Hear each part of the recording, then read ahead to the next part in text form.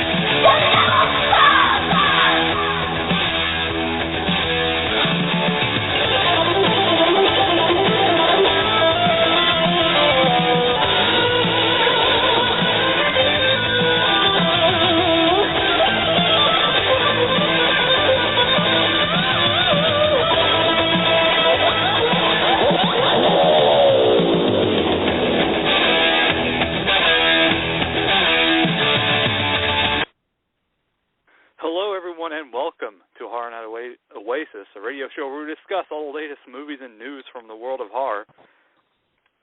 Oh, God. Joining me tonight, as always, is my co-host, Ian. Ian, what have we got ourselves into tonight? I don't even know. I'll just say, this one came unexpectedly. I don't know if that's good or bad, but it's interesting to know that as well. But it's interesting to know that he magically found our review, and this happened.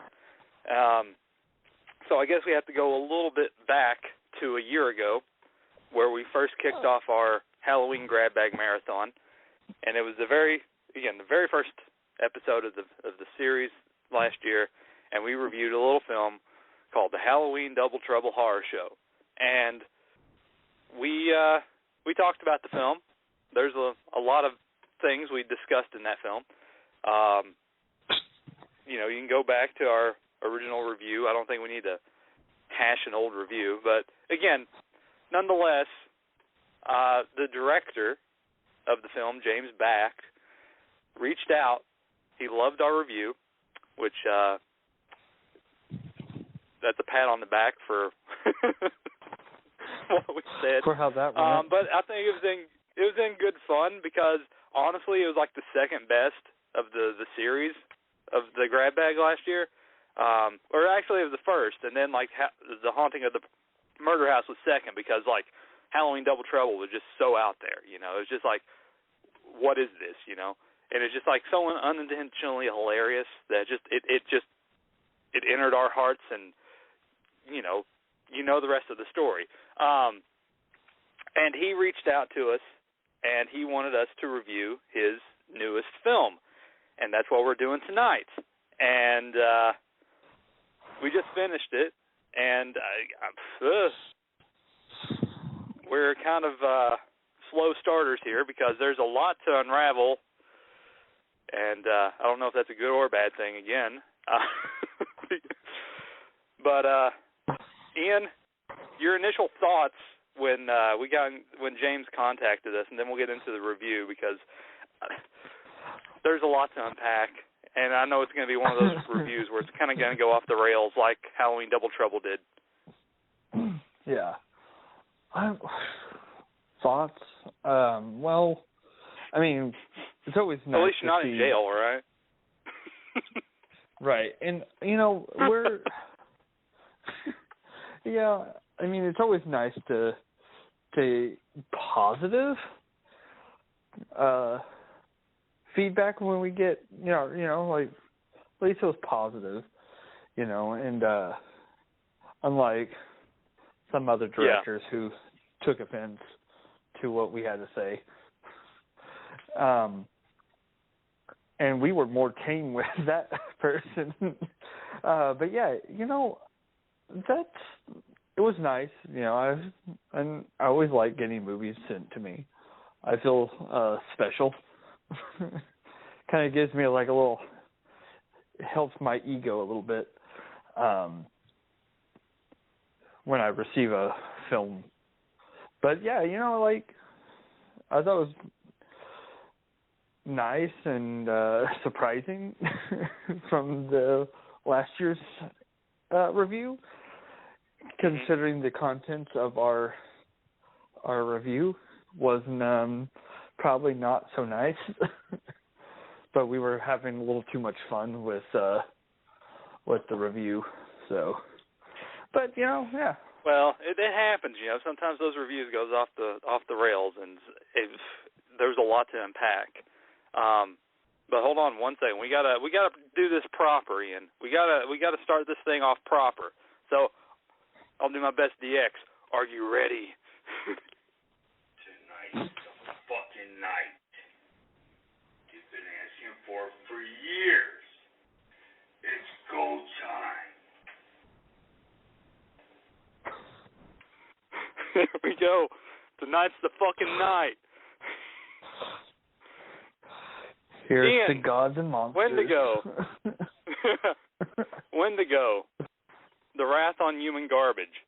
I don't even know where to begin. So there's, as always with these films, we're introduced to James, introducing the movie.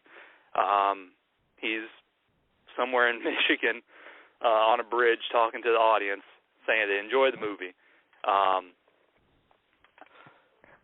So we do that, and then this film goes all over the place. I'm just not going to sugarcoat it around.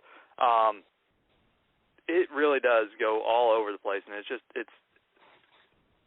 it's hard to figure out the main plot because there's a lot of walking.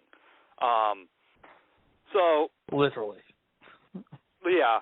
And this is the thing is like this one. I'm just going to go out and say it. It wasn't as I usually do this afterwards, but it's like it's hard. I have to get this preface this first.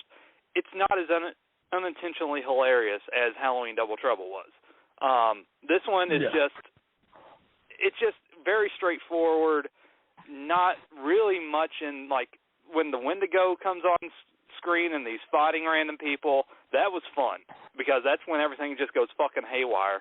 And just like that's what you want out of the film. It's like that's what we liked out of the Halloween Double Trouble when like the dinosaur creature and the Bigfoot monster was fighting. With the chain and the battle axe and everything like that. And it's like that was the fun stuff. And the second part of that story. And this one is like it was right up there with what we kind of had was like dogging the first. When we first watched it, and like everything that we liked there was like in this, it's just like so long to get there. And so like the main central plot of the film is there's this sect that is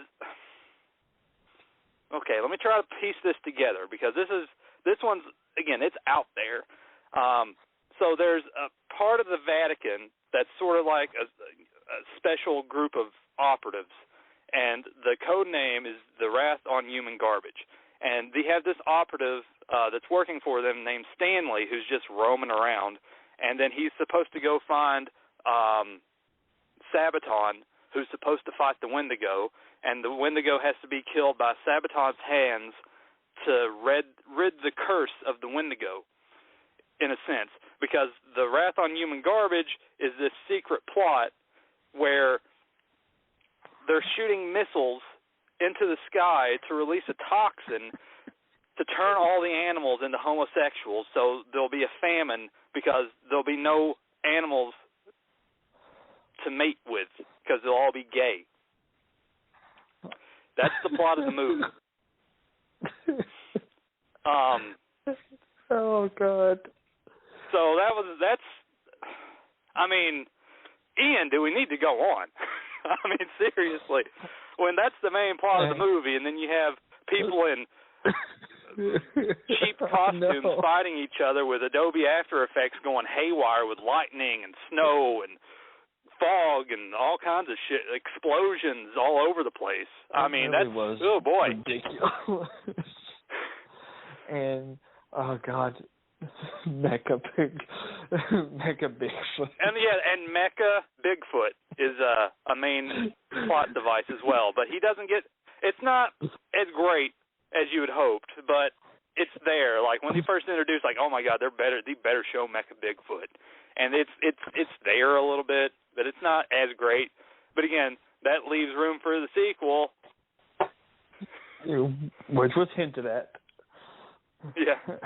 So again, half the movie is just characters roaming around, doing things, and there's really not much, honestly. And that's the downfall of it. Is like I kind of wanted to go in this like having that Halloween Double Trouble feel, where it's like unintentionally hilarious, and like parts of it were like again the fight scenes, the effects going crazy, especially when like.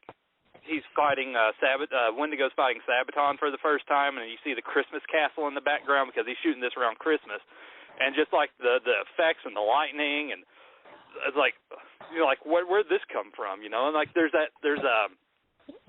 more lore to the Wendigo where like he's able to control like your mind. And like he can transport you and make you see things you're not.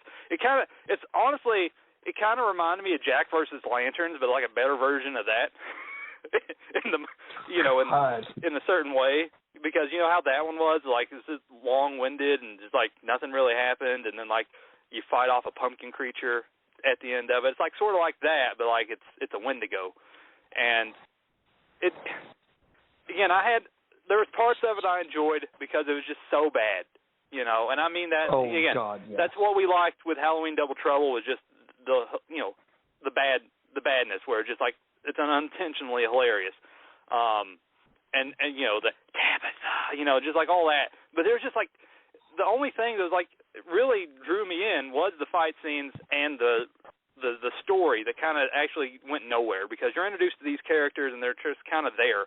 Like there's the kids in the woods that just. I guess they're paranormal hunters, and then they just disappear because they get attacked by the Wendigo.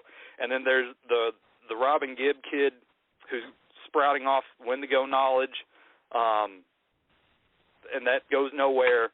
And then there's the cult of the dragon, or Order of the Dragon, and then they're just there to sprout It's a New World of God and Monsters over and over again.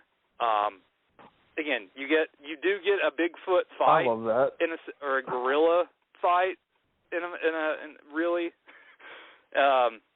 And then you have him, the Wendigo. The first film, start of the film, he does fight off against the werewolf, which is, I guess, a nod to the director's other film, Werewolf at Hell's Gate. Because I do remember seeing that werewolf on the cover on Tubi when I was scrolling by. Like, that looks familiar. So it's like, again, the story is like non-existent, honestly, because like they have this big elaborate idea, but again, you have, I'm assuming like a lot of this stuff. Again, I mean this in the nicest way possible. It's like whenever James goes, like he has a camera attached to his hip at all times, like this because he's going in caves and he's going in all these places. This restaurant that's open that has like all these like this pirate bar and just like all these various places, and like, you know what, this would be great for the film, and he just shoots it. Like he's in a cave with the stalactites that look like vaginas. I mean, it's just like he's just everywhere, and like, you know what, this is gonna be great. And apparently his kids got a hold of the cameras too, and just walked around, just talking into the camera, just nonsense, just talking about Wendigos, and just like what, it's just a bunch of just like a kid talking about Pokemon, and you're just, you know, like you're the outcast. Like, I don't know what you're talking about. You know, it's like, you know, like Beedrill does this much damage on. Huh? I said, yeah. You don't know what they're talking about, but they seem enthusiastic. So you're like, I support you. Yeah. You know, like Weedle turns into this, and then art house. You know, Squirtle turns into that, and then he does this much damage when you add this energy boost card to everything, and then when he morphs, he does double damage. And like, kid, you are just going on a tangent. And like, how many badges do you have? Okay, I'm glad you got your Woods badge. Yeah. Yeah. But it's just like, again, they're just really going on tangents. It's just like, go ahead. I was saying, yeah, it really, like you were saying, like, it did feel slightly dragged out in a lot of the walking scenes and stuff. I kind of got why they were doing the scenery, but I think it kind of dragged on a tiny bit. But I did look, I was like, oh, this is like a little. I kept thinking to myself though, like, this is really art house like vibes going on right now. And I was like, which is very weird placement for a movie like this. Mhm. I was like, but you know what? Hey, vibes.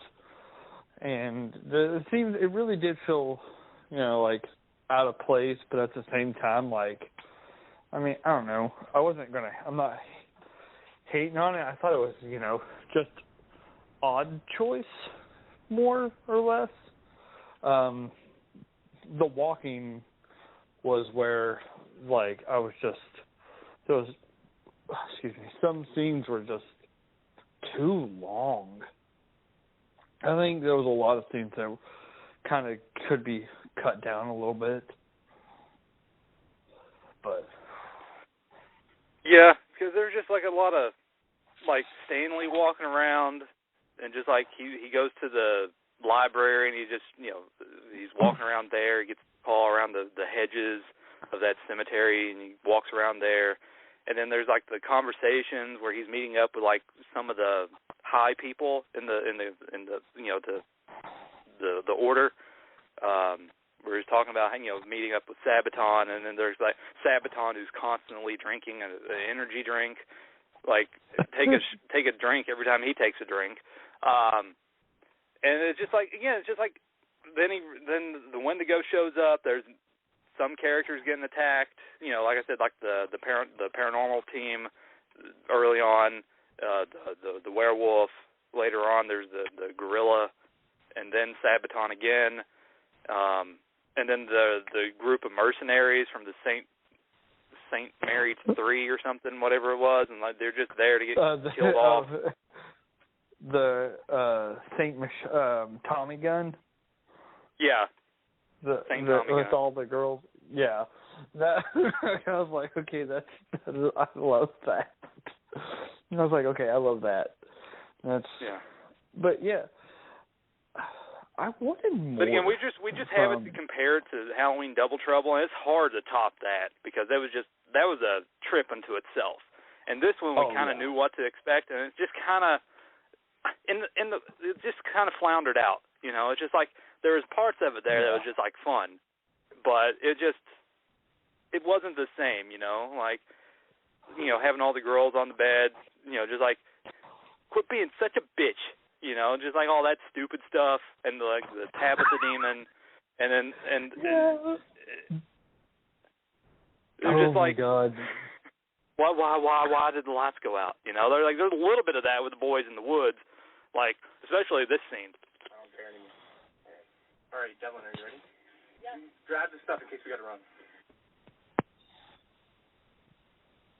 I guess I got the wrong scene picked up. Hold on a second. Well,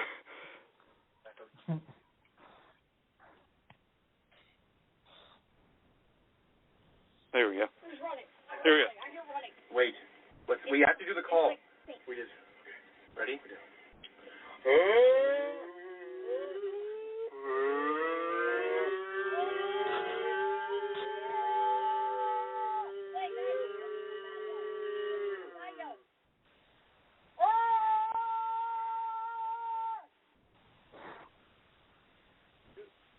Wait. Let's listen for. I actually heard something. I heard that. It's like a little farting. I'm not farting. Oh. So yeah, farting. that's a see. So there is little moments of greatness, you know. Yeah. But it's just like too far Yeah. in between. But. Yeah, I wanted more from the Wendigo. Like when when they're all in that park and it's driving around those kids on the teeter or whatever. Yeah, and then like I was like, okay. I was like, if this is the direction of this movie, I'm down. Like, yeah, it looks a little cheesy, but I love that. So I'm into that. I was like, this is.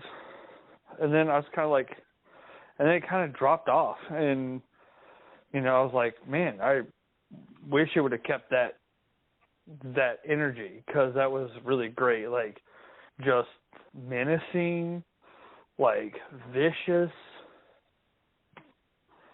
and fun. Now, like you said, there was definitely fun parts in this movie, and and some parts that I'm just going to remember for the rest of my life. Like the here's to gods and monsters and Mecha Bigfoot. I was like, I'm going to remember that for a while. I'm going to be laughing about it But, I mean, it does have its moments. Yeah, especially like we said with the fighting scenes, like just seeing people just barely try to fight in the most easiest way possible with like slinging like an axe. And there's even like a scene early on where the axe handle breaks and he's like, I can't use this anymore, and he just throws it out of frame. It's just like he broke it. Yeah. Just, like, the axe handle came off, or the axe itself. Like, it's just like, I can't swing it down any further, James. It broke off. Like, just throw it to the side. Yeah, it's pretty, and oh man, fighting in a castle, I had like fun a with this Christmas castle, and then like he not body slams, but like does something like a running bulldog onto the snow, and then the lightning shoots up and explosions come out of it. Like, fucking, that's a hellacious pile of snow. It just fucking exploded. Yeah, like, I mean, TNT in that. It was so pile. ridiculous. I think they said that he can cause explosion, like the Wendigo can cause explosions in the air or something. Ian, what we say, because they needed some out. It's like, it doesn't make sense while these explosions are going off. Like, it's part of the Wendigo curse. You need some way to make it all feasible. That's right. Yeah, I felt like they shot that first, and then was like, "Hey, let's just explain why he can do that." And honestly, like, kudos. Like, at least it was more explanation to the Wendigo's powers than that one doll movie we watched. Was it like the teleporting kid? And it's like, it's just they were there because, and they were up in the room again because. God, I don't know why that just randomly popped in my head. I tried to bury that. Yeah, but like again, there's really not much else to say. Like, the story is just, again, like, you want kind of more with the story because it's like so out there with like the rockets, the gas or whatever it is, turning animals gay. I mean, that's fucking Alex Jones. They're turning the frogs gay.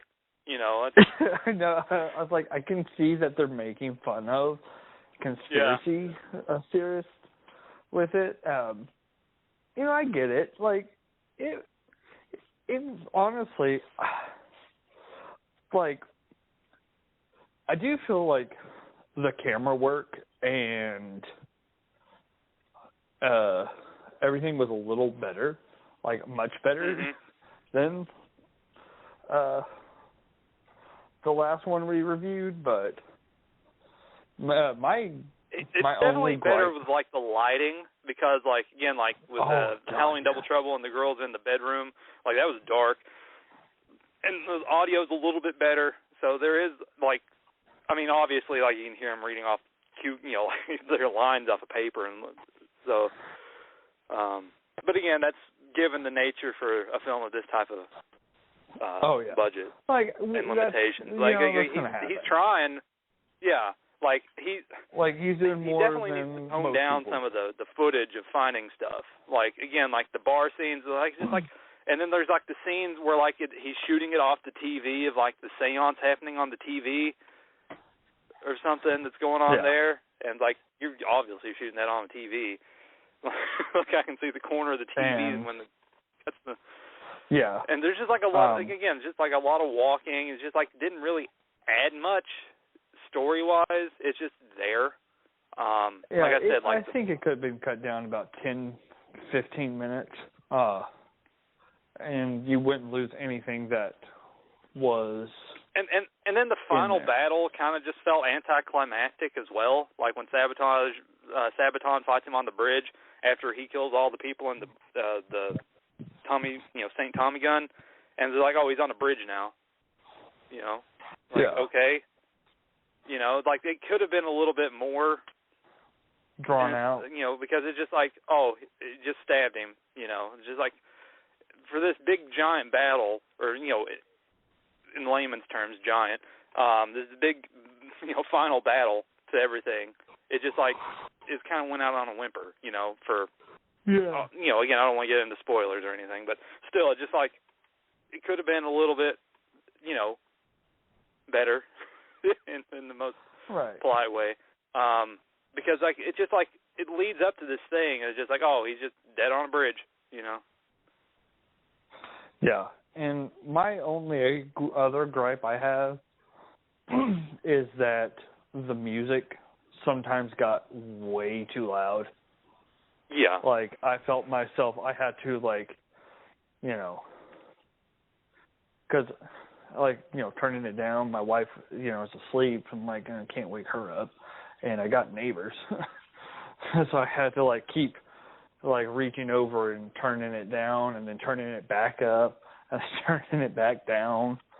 Like, I felt like I was constantly, going up and down with the volume.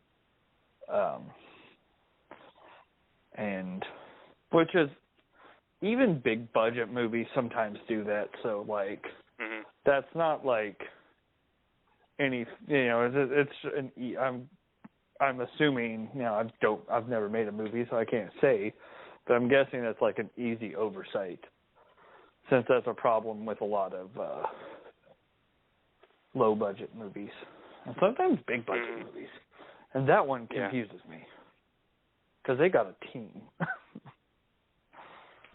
No, but again, you said, the audio and the sound, the music is definitely a little loud, definitely for some conversations you couldn't hear. And then again, the effects was just drawn out, where just what is going, because he uses it as an overlay with fake snow when some people are walking, and it's just it's better if you just didn't use it. I mean, I know you want to set a scene because it's apparently winter, Christmas around this time. Because of the castle and the snow on the ground, so you want to make it look like it's actually snowing, but it just it kind of, it's like that grindhouse filter sometimes you see on movies, where it's just it kind of is unnecessary, and this one is just I know what he was trying to do with it, but it just kind of made scenes darker and you couldn't tell, especially again with the paranormal group or the kids in the park or something. I don't know which one it was because it's all clumped together, but I know it was you couldn't hardly see anything, and it was dark and that over top of it. It's just all right, I don't know who's moving and what's happening, and then all of a sudden Wendigo pops up and okay, I can see him, but I don't know who's he attacking. So, but yeah, it's again I needed more crazy stories. I mean, I needed to see I guess this is the first part of what's to come. So maybe. We'll see with the part 2. We'll get Mecha Bigfoot versus Wendigo, I mean, that's going to be something. Right. I mean, serious. I mean, that's kind of something you kind of like, all right, if they do that right, you know, if they're poorly choreographed fighting and some kind of, like, I don't know, where you go to, like, a children's play place where, like, there's, like, little tiny castles or, like, little houses and just fight them over top of them. I mean, it's perfectly doable for the budget. You know, just go somewhere, go into an indoor mall where, like, there's a children's play place with, like, little houses or something like that. Right. And just have them stomp around and poke and prod each other with battle axes and and swords. If you can get that stuff into a mall, I don't know. But yeah, it's like it's not as endearing as Halloween Double Trouble, sadly, and that's kind of the main detriment to the film. It's like it has moments of, you know, fun, which we played a few scenes and talked about a few scenes, but it just doesn't have that, you know, that aura, that certain aura that Halloween Double Trouble for unintentional reasons. Yeah. Like, I mean, and it's just like this one. Just it's perfectly, you know, straightforward. The idea is a little out there. He needed to play up on it a little bit more.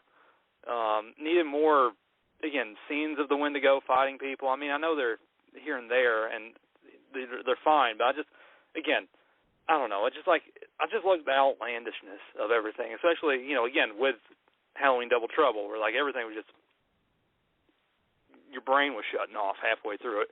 And this one is like, you're just kind of there, you know, like, okay, we're more people walking somewhere. Yay. You know, like, random conversations that don't go anywhere. Yay. You know, it's like, I understand what he was trying to do, and, like, not really pad it out, but try to make something more with less. But it just, for, like, again, a Wendigo being a wrath on human garbage and killing people, like, and this whole secret cult, you know, underground cult of the Order of the Dragon, like, the Order of the Dragon doesn't come in until, like, the last 20 minutes, basically, and it's just like, it's kind of shoehorned in there with the Mecha Bigfoot's talked about earlier, but, like, the Order of the Dragon and, like, everything else, and, like, this plant, this secret facility that, like, makes robots, and the Mecha Bigfoot, and just, like, again, it's like, it's hinted at, and, like, a lot of things are hinted at, and they just don't go any further than that, and that's kind of the shame, because, again, like we said, there's unintentional fun to be had, but it's just few and far between, and it just kind of, again, it kind of drags for the most part, because it is almost 2 hours, and it's just like, ugh, and it's like, there's little buckets of joy, you know, as I say, it's like cookie dough ice cream, you know, it's like, there's a lot of ice cream, but you get that little bit of that cookie dough piece every now and then, and it just tastes great, you know, and then it goes back to, it's just ice cream again, you know, it's sort of like that, you know, my best analogy, like, there's some good pieces in there, you just got a lot of filler.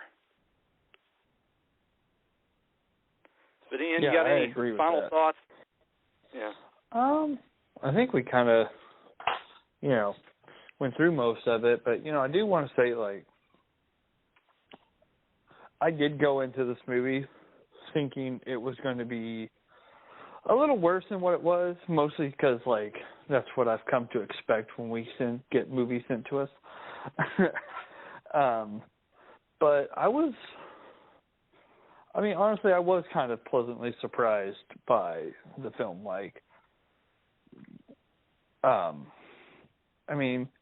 is it my favorite film of all time? No, but it's definitely not the worst thing we've ever seen.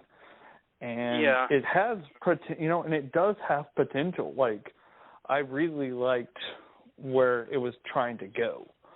I just felt, you know, and that's going to happen. Yeah, he kind of tripped over his feet a few times trying to get the story out there. Yeah, you know, and with the budget constraints and time and, you know, you want to put this thing out And sometimes things just kind of seem like you're going to go somewhere with it, and then the final product just seems, it's different than what you were expecting. But that just happens with these indie movies. And it's nothing on the director, Other people probably have different takeaways. He's got a catalog of movies, man. It's just like he's churning them out there, Like he has these wild ideas. Yeah, he's trying to be the next Louise. Yeah. He will get there. He will be the next Louise. He will be America's Louise, where every connected to every single indie movie out there. Because if you look at Tubi, Louise is connected to everything. Mm-hmm. It's the Louise, it's the Louise conspiracy theory that we have. But yeah, but I digress on that. But yeah, that's pretty much all I got to say. It's not a bad film. It's, I'm glad that, it exists. So. Yeah, we got freaking Mecha Bigfoot. we got a rocket ship that's releasing chemicals that's going to turn all the animals gay, so there'll be a famine on the world. Come on. That's outlandish right there. You don't get that every now and then. And even though it was a straightforward film, on a lot of levels, I think it didn't take itself seriously, and I like that. I hate when these movies are outlandish and goofy, but they take themselves way too seriously, and it ruins all the character of the movie. If they would have leaned more into the campy side of this, it would have been a much better movie. And like I said, it definitely has a few tongue-in-cheek moments because it's just the way the story is. But again, it kind of loses itself a few ways as the story progresses, and just introduces all these plot points and characters that don't go nowhere, and they're just no reason. Honestly, I know the reason for it, because you want to get friends and family in there, and it's a group effort. Basically, but it's just a lot of stuff in there just didn't need to be there, and just a lot of padding, and because again, like we said, we've come through this pretty finely, but just again, those sweet moments are fucking great, and just what you want out of something like this, where it's just awful, Star Wars lightsaber battles, but it's a guy with a sword and a Wendigo with a battle axe in a Christmas park. It's just it looks awful, and it's hilarious, and that's what you want. You want to see that stuff. You want to see a dinosaur man with chains and a battle axe versus a Bigfoot. You want to see that crazy stuff. Because it's so endearing and stupid, and just that's the fun of the film, of just seeing poorly, bad costumes, being used. It's just, there's something about it, and again, like I said, it's not, like Ian said, it's not the best. It's of course, for us, there's definitely worse. But a lot of people are going to look at this oh my God, that's garbage. And we can see it because we always toot our own horns in this aspect. So we can understand where the director's coming from and the budget and limitations and everything else that goes on with it. And we try to see the good and we see the bad. And we just we know the film is not good. Obviously. But he's going out there still I don't care. I got a camera attached to my hip, and I'm going to shoot everything. And he makes a film, and he goes out there and he does it. And so you kind of, give props to James for still doing stuff. And, even though his ways are interesting, to say the least, he makes an interesting product to watch. Exactly. And, and I think a lot of people don't appreciate, like, indie films. You know, and I think that's where a lot of, you know, like, if a newer horror fan were to watch this, they wouldn't be able to see it. But once you've, you know, started picking through the trash, like, you know. No, I'm sure if this is like one of the movie. earlier things we ever watched with you and the way you were when we first started the show, you'd like, what is this? What is this? You know, your eyes would be burning, you'd be melting from your face, and like the Indiana Jones guy, I mean, and just like after watching you know, the 3-hour Nazi black and white movie, Nazi zombie carnage, yeah. I mean, that's another one. Like, God bless him. Yeah, like if you watch that before you watch anything else. Sit through the entire that's definitely what 3 hours. That'll get yourself prepared.